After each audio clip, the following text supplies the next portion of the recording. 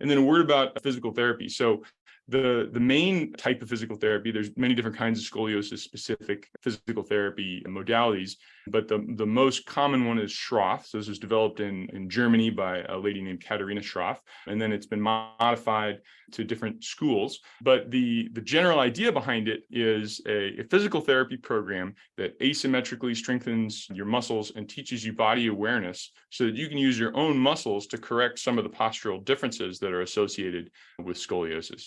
As I mentioned before, it can be used independently when somebody's not indicated for a brace, or it can be used synergistically with a brace. In my opinion, and in most doctors' opinions, it should not be used as a substitute for bracing because the benefits of bracing have been so clearly established. I would never prescribe therapy alone for a patient who was otherwise indicated for bracing unless there were some really extenuating circumstances. And the evidence base for Schroth and physical therapy in general is growing. Maybe 5-10 years ago, if I were to give a talk like this, I would say, well, the evidence is kind of wishy-washy. But every meeting that we go to of scoliosis professionals, there is more evidence coming out that there does seem to be a clear measurable effect that, if you do these types of exercises, you can decrease your curvature. It's probably not as big of an effect of bracing, but it is important. And so it's something that we offer at Stanford and something that I think it's important that families are aware of.